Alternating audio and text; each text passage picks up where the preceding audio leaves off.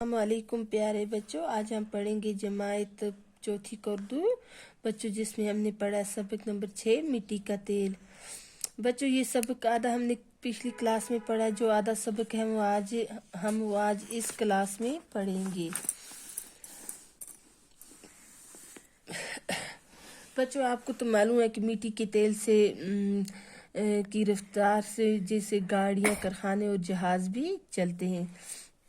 बच्चों आज हम यहाँ से पढ़ेंगे, जब पूरी तरह मेरी सफाई नहीं हो पाती तो मुझे लोग मिट्टी का तेल ही कहते हैं। क्या कहता है मिट्टी का तेल? जब पूरी तरह मेरी सफाई नहीं हो पाती तो मुझे लोग क्या कहते हैं? मिट्टी का तेल ही कहते हैं।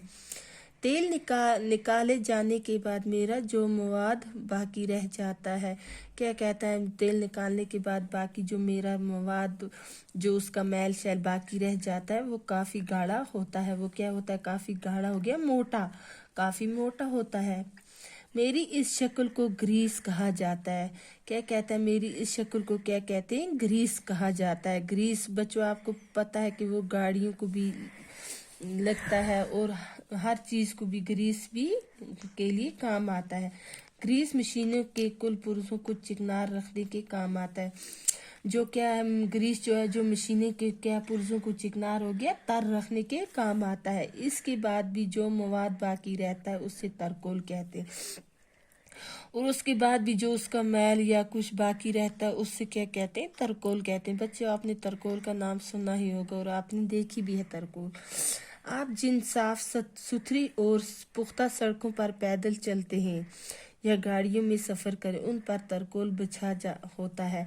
बच्चों आपको पता है जो तरकोल है वो क्या करते हैं? सड़कों पर बिछाते हैं, सड़कों पर डालते हैं। किसके लिए? सफाई के लिए।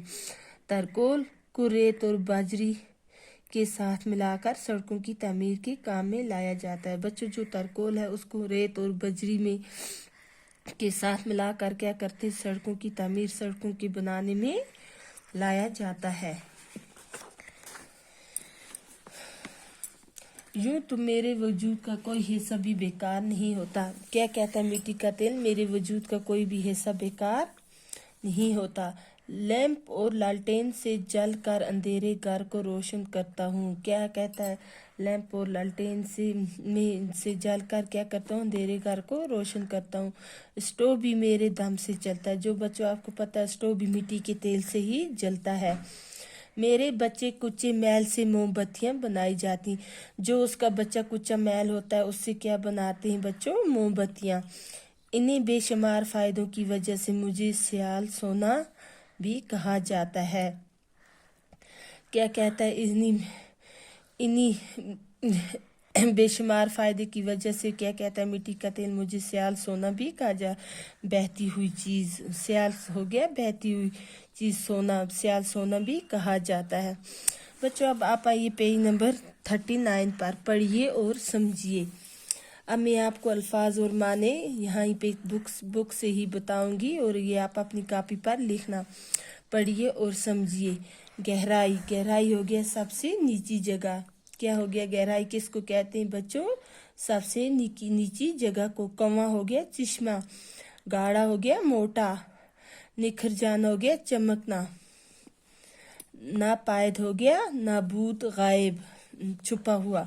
ग्रीस तेल की एक किस्म जो मशीनों के पुर्जों को चिकनार रखने के लिए इस्तेमाल की जाती है। तरकोल तेल की मोटी तह जो सड़कों पर बिछाई जाती है। सियाल हो गया बहती हुई चीज़।